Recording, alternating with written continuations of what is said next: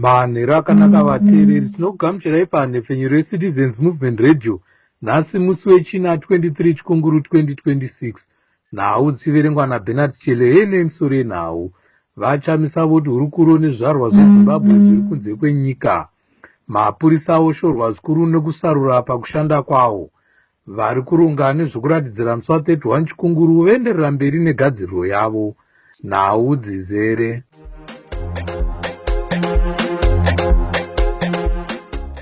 Mutungamiriri wevanhu vaNelson Chamisa vatangisa rwendo rwavo rwokushanyira zvizvarwa zveZimbabwe zviri kuUnited Kingdom kuti vakurukure zvingadiwa kuitwa munyika. Chirongwa ichi chiri kudanwa kuti Diaspora Citizens Consultation Engagement and Listening Tour. Apo pachatanga kusangana nezvizvarwa kuLondon nhasi, vaChamisa vachaenderera mberi nerwendo rwavo apo vachashanya zvakare mangwana kuManchester nenguva dzeshanu manheru, vachizoenda zvakare kuKobe nemusi weSvondo nenguva dze12 masikati. Mapurisa emunyika oshorwa zvikuru nokushandisa mutemo nenzira inorusarura, apo vakaburitsa gwaro rokusunga vaGodfrey Karembera avo vanozivikanwa nezita rokuti madzibaba veshanduko. Rimwe remagweta anorwira kodzero dzevanhu munyika vaDouglas Coltart vati mapurisa ava kumhanyira kuda kusunga madzibaba veshanduko, asi vachitadza kusunga Luck Mogapa uyo akaba nharembozha yavo panguva yakaitwa misangano yekunzwika kwebhiri reCape 3 muHarare.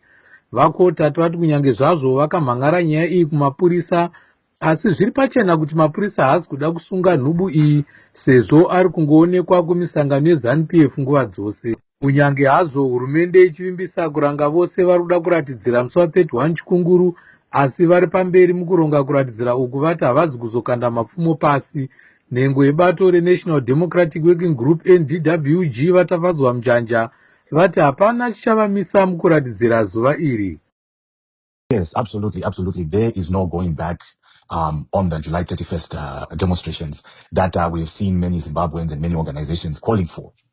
It is their constitutional right to demonstrate, and if they chose the 31st of July for these demonstrations, there is no going back.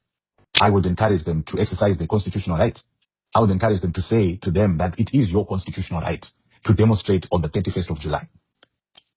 Do not feel threatened by these ZANU-PF people or these government people that are issuing out threats around the 31st of July. In fact, they themselves are committing a criminal offense because they are not the ones who adjudicate over demonstrations. Demonstrations are prescribed by the Constitution of our country under Section 59. And anyone who's calling for a demonstration on the 31st of July must just simply follow those procedures. So they must not feel threatened. They must not back out of these demonstrations that are planned for the 31st of July because it is their right that is prescribed under Section 59 of the Zimbabwe Constitution. The threats by government officials or ZANU-PF people are illegal. They do not adjudicate demonstrations. The people who are planning demonstrations must follow the procedures. If it means that they need to ask for a permit to go and demonstrate on the 31st, they should do so. But they should not have any sense of fear. Davasa criminal offenses by threatening other Zimbabweans with violence. We do not want people who threaten other people with violence. Everything should be done according to the Constitution of our country under Section 59, which calls for peaceful, non-violent demonstrations. And I believe that is what many Zimbabwean citizens and organizations are calling for on the 31st of July. And they must proceed with that. I encourage it. I believe in human rights. I believe in the rights of people to exercise their freedom to demonstrate, to express themselves. And as such, they must demonstrate should they desire to do so on the 31st of July. No, thank you so much for this opportunity. Zimbabweans, stay strong. This CAP 3 was an illegality. It was passed without any referendum. The incumbent cannot benefit from this CAP 3. Yet it seems that is what is happening. And so Zimbabweans are incensed. It is their right. And it makes sense that they are not happy about what has happened. And as such, if they decide to demonstrate on the 31st of July, they must proceed. Thank you. Vavhurande mashupeko vaenda kudare reConcord apo vari kuda kuti dare rimise kushanda kwebhiri reCape 3. Gweta rava mashupeko vaLovemore Madhuku vati nhengo dzeparamende dzakashandura zvinhu zvakawanda zviri mubumbiro remutemo pasina kutanga vazivisa nezvazvo sezvinotaurwa nemutemo. Vari kupomerwa mhosva panyaya iyi mutungamiriri wenyika, nhengo dzeparamende, Attorney General negurukota rezvemutemo. Kutaura kudai pane nyaya dzinosvika 4 dziri kumatare dzine chekuita nebhiri reCape 3. mushure mekunge hurumende yeZANU-PF yazivisa kuti ichasunga vose vari kupesvedzera kuratidzira, pari zvino yava kuda kusunga vatori venhau vanenge vachiburitsa nyaya dzine chekuita nokuratidzira. Mutauriro wavaMason Mnangagwa vaGeorge Aramba vayambira vose vari kushambadza nhau dzine chekuita nokuratidzira musi wa31 Chikunguru kuti vacharangwa. Imwe nhengo yebato rinopikisa vairi gono vati munyika hamusisina munhu akachengetedzeka pasi pehurumende iripo pari zvino. Tinzwei vagono vachitaura neCitizens Movement Radio. Kumbuyikidza nokutyityidzira kwatiri kuona kuchiitwa navacharamba vachivhundutsira vatori venhau avo vari kupupura zvavari kunzwa mumastreets maringe nekusafara kwevanhu, maringe nekuda kutaridzira kwekuda kuita vanhu musi wa31. Haisi nzira yakangwara kana kuti neuchenjeri yekugadzirisa nayo zvinhu. Hurumende yeZimbabwe inofanira kuziva kuti ine vanhu vainotungamirira. Zvakare vanhu ivavo vane kodzero yekusarudza nzira dzavanoda kutungamirirwa nadzo. Imwe yenzira yekuti veruzhinji vazivise hurumende kuti pane zvavari kunyunyuta nazvo kuratidzira. Saka kana hurumende ikada kuvhara vanhu muromo, zvinongogumisira zvaita kuti hurumende yacho idonhe. Pasi rese hurumende dzese ndedzekutungamirira vanhu, ende vanhu vanotungamirirwa nenzira yavanoda ivo. Saka zvakakosha kuti pachinhambo chokumbunyikidza vanhu kodzero dzavo dziri mubumbiro remutemo wenyika, dai vari vamwe vaipa vanhu mukana voteerera zviri kuchemo zvevanhu, zvichabuya kupurikidza kuratidzira kuitira kuti vazive vari kukanganisira vanhu, kuda nepamwe vangagona kuona panoda kugadziriswa nyika ikaenda kumberi. Mutungamiriri webato reAction Democratic Movement Amai Alice Nyamande vaburitsa mashoko ekushinga mushure mekunge vaziva kuti vaive mumwe wevatungamiriri wemapato anopikisa ari kuvhimwa nehurumende yavaMnangagwa nekuda kwekutaura vachipikisa Cape 3 uye kutsigira kuratidzira kwemusi wa31 Chikunguru kuri kukurudzira kubvisa utongi husina kunaka hweZANU-PF muZimbabwe. Mumashoko avo, Mai Nyamande vati hapana kutyisidzira kuchashamisa sangano ravo kuratidzira vachipikisa hurumende. Ngatinzwei vachitaura. Maswera sei maZimbabweans, maswera sei. Guys, tatotanga kuvhundutsirwa nai. Isu vamwe taromuka mazita edu ari tiri palist, hanzi tiri palist. Tiri palist. So mistake yavari kuita manje ka. This protest, it's about the citizens. Haisi yangu inini. Haisi ya Job Scala. Haisi ya Sibani vanhu vavari kutevera. Vana Jacinda vanani. No, it's about us, the citizens of Zimbabwe. Manje vateta mistake ende takutotaura zvekutodaro ticharira kunge ngoma dzeZion. Ichi chitima chava chimise. Ngavatoziva zvavo 31st July. Ziyakala ngavagari vatoziva udzana ikoko kuti hanzi naLioness matomita mistake yekuisa zita rangu palist. The protest is going on. So zvandoda kukurudzira ndezvekuti vanhu musaite problem yekuti munoenda mese kuHarare. Aiwa vari kwaMutare tangirai ikoko, vari kuBhinga tangirai ikoko, vari kwaMutoko tangirai ikoko. Hatisi happy, we are not happy. They must know that. Chimurenga ngachite guys, we are tired, we are so sick and tired. Tine hama dzakapararira nenyika. Ndinorwadziwa zvikuru sei nevanhu vari kugara South Africa. So it's a time we speak out. This is section 59. Hatisi kukurudzira mhirishonga, but tikutaura we are exercising our rights as the citizens of Zimbabwe, whether they like it or not. Ndivo vakaisa bumbiro remutemo.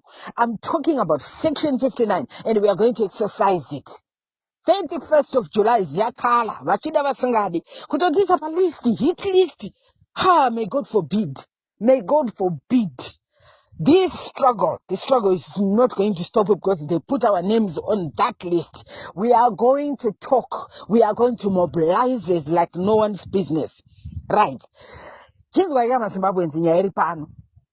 Chinzwa imanje maZimbabweans nyaya iri pano. Andi muri kuona manje kuti tatanga kuiswa palist handiti. Kune malist evanhu vaiswa mazita evanhu vaiswa palist, including myself. Ndiripo ipapo. Handitya. Saka vanhu vese guys ngatisunge tibatane pamwe chete. Musa isolate ma leaders yenyu, musa isolate vanhu vaiswa palist. ngatisimukei tese. Nhamo yeZimbabwe nhamo yemunhu wese. Hazvisiri zviya zvekuti inonzi nhamo yemunhu airambirwi sadza. No, this one is our own. This is nhamo yedu tose. This is our struggle. This is our struggle as Zimbabweans. So ladies and gentlemen, masikara anondoda kuti ngatikurudzirane. Ngatiudzanei ikoko kuti 31st of July ziyakala chakatsva. Chakatsva. Vari kwaMutare budai neuwandu hwenyu. Vari kwaRusape ndizvozvo. Vari kuMount Darwen ndizvozvo. Kana usiri kufara nezviri kuitika munyika guys, ngatisimukei. It's a time to stand up. Vatokanganisa kudena mangwiro otokwinya. Vaita mistake hombe kuindisa palist. That's the biggest mistake they did, and I'm going to speak out like no one's business. The world is watching. It's watching. Vasjaila gabi kuitira kuti vanhu vakada kutaura kuexercise right yavo vanoiswa palist yenkabi. My foot, man, my foot. Zimbabwe belongs to the people, whether they like it or not. We are the citizens of that country. We are the citizens of that country, whether they like it or not. That's our country. Kune rukuvhute rwedu, ndo kune rukuvhute rwedu. Nyika yakafirwa namadzibaba edu. Kune vamwe vakatofira mune dzimwe nzvimbo zvekuti nanhasi kana maremains avana kuwanikwa. Do you think they fought for other people? No, they fought for all of us. Kuti tive neugaro hwakanaka. Nemapfumiro akaita Zimbabwe pamaresources, I'm talking about minerals. We shouldn't be in a foreign land. No. We shouldn't. Zimbabwe belongs to us. And we are going to fight for that. We are going to speak out. Whether they like it or not, no matter they kill us today, those that are going to stay behind, guys, don't give up. Zimbabwe belongs to all of us. Zimbabwe belongs to our children. Zimbabwe belongs to their children as well. So me nangita aluta konenua. Zimbabwe to the people. We are the citizens. Our lives matters. Mwene zvakanaka. Kwasara mazuva mapfumbamwe kuti sarudzo nhatu dzemuVictoria Falls dziitwe. Sarudzo dzichaitwa muwadhi 9, 10 ne11 musi wa1 yaMavhuvhu, zvichitevera kudzingwa basa kwemakanzura matatu ebato rinopikisa nhava mujibha weZANU-PF waSengezo Chabangu. Vataura nemumwe wemakanzura ekudzingwa uyo ari kukukwidza zvakare vakanyiso Sibindi vati tinzwe maonero avo pamberi pesarudzo dzacho. Tinzwei vachitaura. Good afternoon, people. Yeah, my name is Nkanyiso Sibindi. I was a councillor in Victoria Falls. I was recalled on the 4th of June 2026 with other two councillors from Triple C, named Mthunzi Mpofu and Daniel Moyo. So the causes of this recall are still unclear, but we've got a lot of them that I can line up. First and foremost, we are busy fighting against the corruption that is happening in the city of Victoria Falls Council. There's too much looting, too much unprocedural payments of council assets and whatsoever, everything, construction, there's procedural follow-ups, no resolutions that are made. The town clerk of Victoria Falls, Ronit Dube, is now making Vic Falls Council as his personal estate. So we're trying to control that through the mayor. The mayor refused until we came up with the idea of a what? Of a vote of no confidence. Then the mayor ran to the ministry, because the mayor of Victoria Falls will tell you that the minister is in his hands, so he controls the ministry. He ran to the ministry, got a letter to recall 3 councillors. Before the letter from Chabangu came, they were still trying to cook it until they managed to cook it. So Chabangu gave us 3 letters. The one that was written in November 2023, the other one was written in 2024, and the other one was written in 2025, and this one in 2026. So they were trying by all means to make sure that their plan succeeds of the recalls. After the High Court order that banned the puppet Sengezo Chabangu from recalling councillors. But they went ahead with these recalls. And now we are preparing for the by-elections that supposedly to be done on the 1st of August 2026. We are busy in preparations, and the power lies with the people. The people are going to speak on the 1st of August. They are not going to listen to what ZANU-PF is trying to do. So these recalls are also a way of making ZANU-PF get more seats in Victoria Falls so that they continue looting the land using their puppet town clerk, because the town clerk is now red flagged. Everyone in Victoria Falls knows who is protecting the town clerk. It's obviously ZANU-PF. Then why are people going to entrust again on those ZANU-PF candidates? Never. This is what it said on the ground. People will definitely speak on the 1st of August. There is not even one candidate that is going to win from the ZANU-PF side. That one I promise you, my brother. Except if they try to do their rigging and whatsoever. Yes, they'll win. But without rigging, they are going nowhere. Then they know it. So that's basically the issue. So Sengezo Chabangu, he is a puppet. He failed to put the candidates.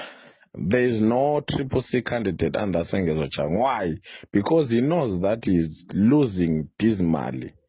The candidates or the councillors will come from the people, not from a human being, and we know that.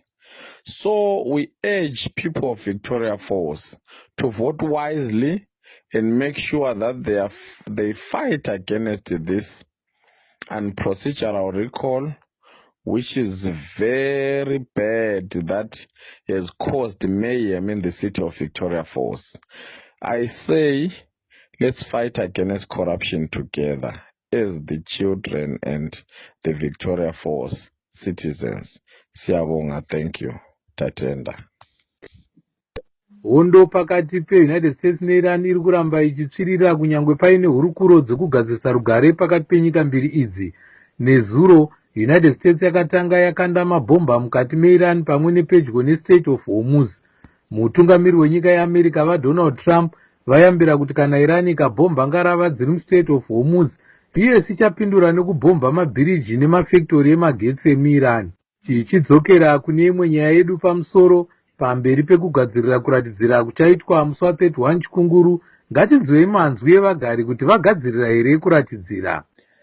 Nhasi ndiri kuda kutaura zvinoita kuti tingoziva kuti tiri kumboindepi.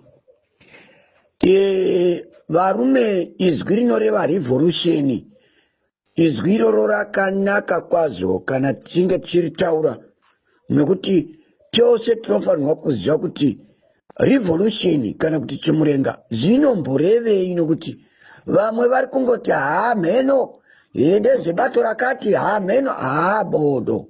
Revolution ndiye mwana wemunyika iyoyo yamuka revolution.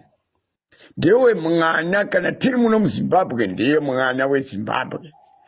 Zvemapato izvi zvinozoonekwa kana tabuda mudambudziko ratagarirwa naro muIjipita.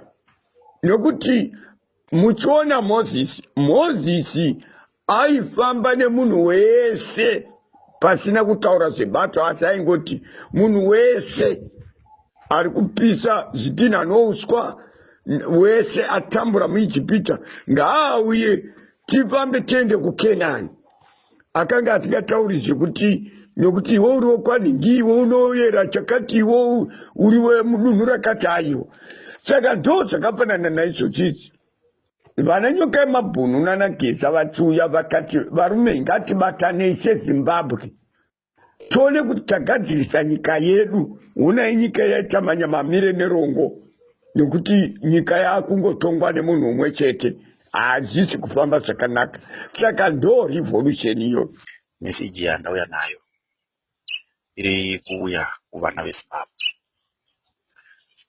Tese tiri kunyatsoziva zvakaitika kuti vana veZimbabwe takanyadziswa zvinhu zvizhinji zvakaitika kwatiri kunyika yekuSouth Africa,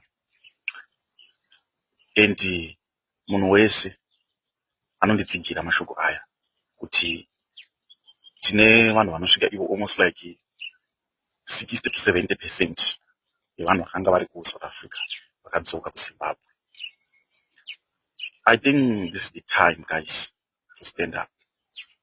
This is the time, all of us, kuti tisimuke. Kana vanhu vaimborwisa vari vashoma Zimbabwe, izvezvi vanhu makunyatsa kuona chimiro zvachiri. Inini nhasi ndauya kwamuri vana veZimbabwe ndichida kutsigira nhau ya 31 July. Let's stand up, guys. Let's stand up. All the Zimbabweans, let's stand up. Let's just stand up and fight for our country. Fight for our future. Ngatisimukei vana veZimbabwe. This is the time. Hatina munhu anouya kuzotimiririra. Nyika yedu iri kuparara. Nyika yeZimbabwe iri kuparara. Iri kuita gomba. Because of this Chinese. Because of this woMnangagwa netimu rake. No, hatinganyarari vana veZimbabwe. Let's stand up and fight. Let's stand up and fight together. Tikabatana sevanhu vamwe chete tinowina. Asi tikati umwe ari up, umwe ari up, hatibudiriri. Ngatisimuke vana veZimbabwe. Tiri kuwire nyika yedu. This is the time. This is the right time. Let's stand up and fight. Mnangagwa didn't even say anything. Panyaya yeSouth Africa yakaitika. Even say anything. Anyway, zvavakagona kunze mabhazi kuti atakure vanhu. Zvavakagona. Vana vachifa, vachiurayiwa. No, guys, let's stand up and fight. Good evening, Zimbabweans. With a brief update in regards to the 31st of July 2026. I speak to you about this historic moment for our nation. We all agree that for too long, we, the people of Zimbabwe, have been denied our voice. But the constitution belongs to us, the people, not to power. Let no one confuse you. Let no one confuse us with technicalities or fear or threats or intimidation. Zimbabwe is not a property of a certain, Zimbabwe is not the property of, one family, one party, or any individual. It belongs to all its people. On the 31st of July, Zimbabweans, we must rise peacefully, boldly, and with discipline to defend constitutional democracy and make our voices heard. This is not a call for violence, but it is a call for truth and, dignity and freedom. We must remain calm, united, unprovoked, reject violence, and reject violence, reject divisions. Our power is in our peace. Our power is in our courage, and our power remains in our unity. Let history say that when the moment came, the Zimbabwean Republic Police, the Zimbabwean military, and the people of Zimbabwe chose to stand solidly and chose hope over fear, peace over violence, and people over power. We are the guardians of our constitution and the future of our nation. Thank you, Zimbabwe, and thank you once again, Zimbabwe. May God bless our nation.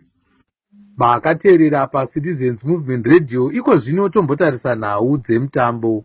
Mumitambo yekaSolaga Premier Soccer League yakatambwa nezuro, Dynamos yakapinda panzvimbo yechipiri mushure mekukunda FC Platinum 1-0. Ukuwo Scotland yakarova Bulawayo Chiefs 2-1. Simba Borawo neMozi zvakaita mangange 2-2. Chicken Inn yakakunda Teu 1-0. ZPC Kariba ikakunda Highlanders 1-0. Kuchipesa nhau dzedu panepfenyuro yeCitizens Movement Radio iko zvino tombotarisa musoro yadzo zvekare.